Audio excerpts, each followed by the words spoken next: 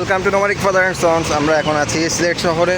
আপনারা দেখতে পাচ্ছেন এখন আমি সুরমা নদীর পাশ দিয়ে হেঁটে যাচ্ছি। এটি সিলেটের অন্যতম একটি সুন্দর নদী, যার দুপাশই বাঁধা। দেখতেই পাচ্ছেন এখানে বিকালে অনেক লোকজনের আগমন হয়। তো নদীটি হচ্ছে পাহাড়ি নদী। এখানে দেখেন নিচ দিকে জল নেমে যাচ্ছে কীভাবে। এখন যেহেতু বর্ষার মৌসুম, তাই নদীতে অনেক জলের প্রাচুর্য। বাট গরমকালে বা শুকনার টাইমে এত পানি থাকে না, কিন্তু নদীটি অনেক গভীর। বাই দ্য ওয়ে, আমরা এখন পৌঁছে যাচ্ছি ঝালোপাড়া কেন্দ্রীয় জামে মসজিদ থেকে। দেখুন, এটি হচ্ছে ঝালোপাড়া কেন্দ্রীয় জামে মসজিদ, যেটি কদমতলী মোড় থেকে মাত্র 5 মিনিটের হাঁটা পথ। তো দেখতেই পাচ্ছেন এখানে কেমনভাবে নৌকায় করে লোকজন নদী পারাপার করছে। এবং সামনে আমরা যেখানে যাচ্ছি সেটি হচ্ছে স্কিন ব্রিজ।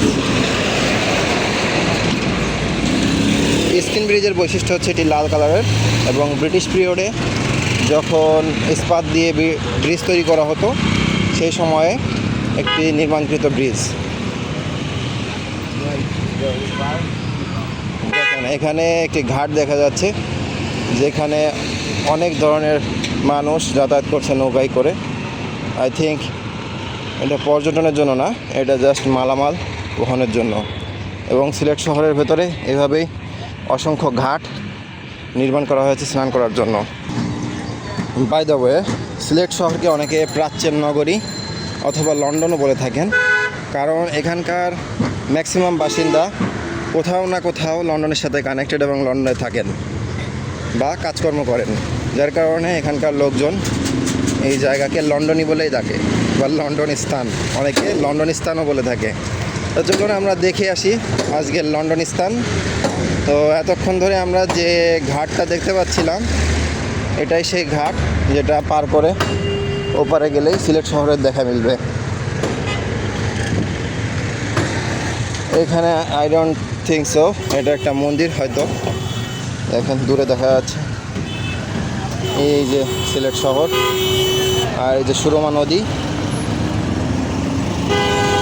দেখেন কীভাবে নৌকাগুলো দেখেন ছাড়ছে, ওই কর্নার থেকে ছেড়ে এখানে এসে মিলছে, কারণ জলের স্রোত অনেক বেশি এবং মাছ বরাবর আসলে নৌকা টেনে নিয়ে আসে। যেহেতু এগুলো হাতে বওয়া নৌকা, তাই এখানে ইঞ্জিনের সান্নিধ্য না থাকায় অনেক কষ্ট করেই নৌকাকে টেনে আনতে হয়।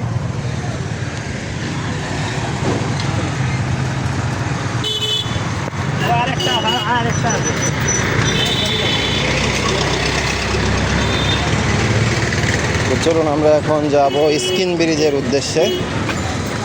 এখানে প্রচুর জ্যাম দেখা যাচ্ছে, গাড়ি ঘোড়ার চাপ অনেক বেশি।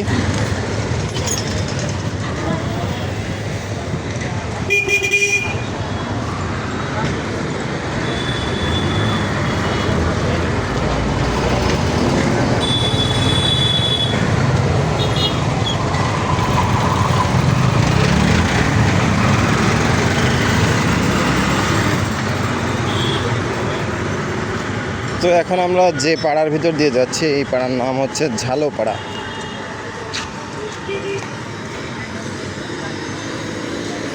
দেখুন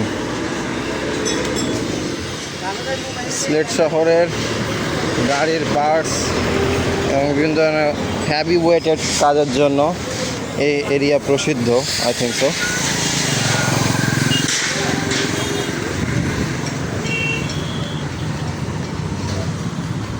দেখেন এখানকার পুরানো একটা বাড়ির স্ট্রাকচার কেমন, টিন দিয়ে তৈরি করে রাখছে।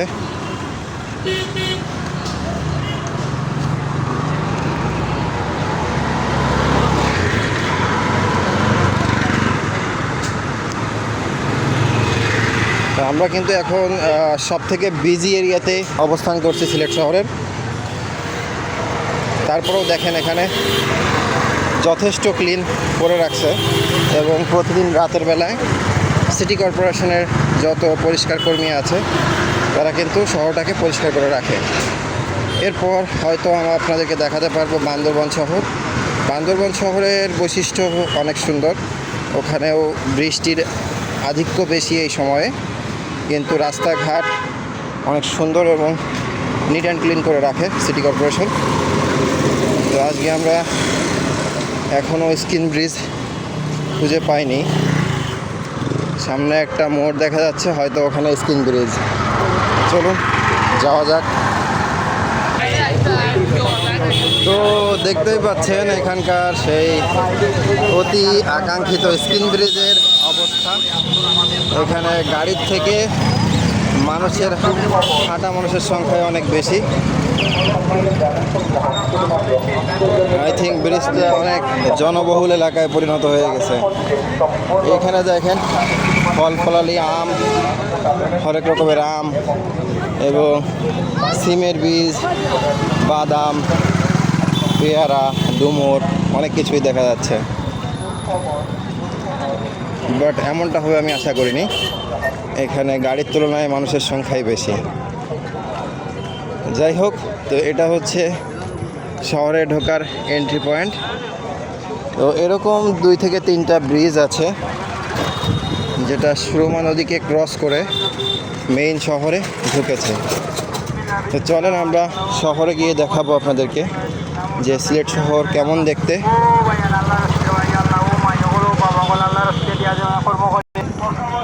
তো সিলেট শহরকে লন্ডন বলার পাশাপাশি এখানে কিছু লন্ডনের বৈশিষ্ট্যও তুলে ধরেছে, যেমন ওয়াচ টাওয়ার বা টাইম টাওয়ার বলতে পারেন। আমার মনে হচ্ছে সিলেট শহরের মেইন ব্রিজটা হচ্ছে ওইটা, দেখুন দূরে যে ব্রিজটা দেখা যাচ্ছে ওইটাই হয়তো মেইন ব্রিজ, আর এটা হচ্ছে স্কিন ব্রিজ।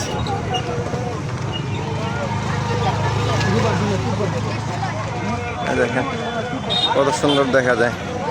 এটা ব্রিটিশ পিরিয়ডে তৈরি ব্রিজটা।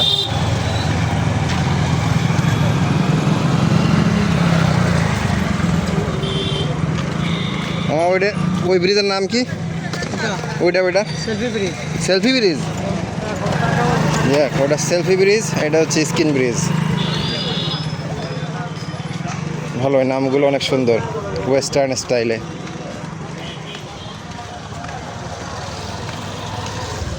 তো চলেন নেক্সট ব্লগে দেখাচ্ছি আপনাদেরকে সিলেট শহর।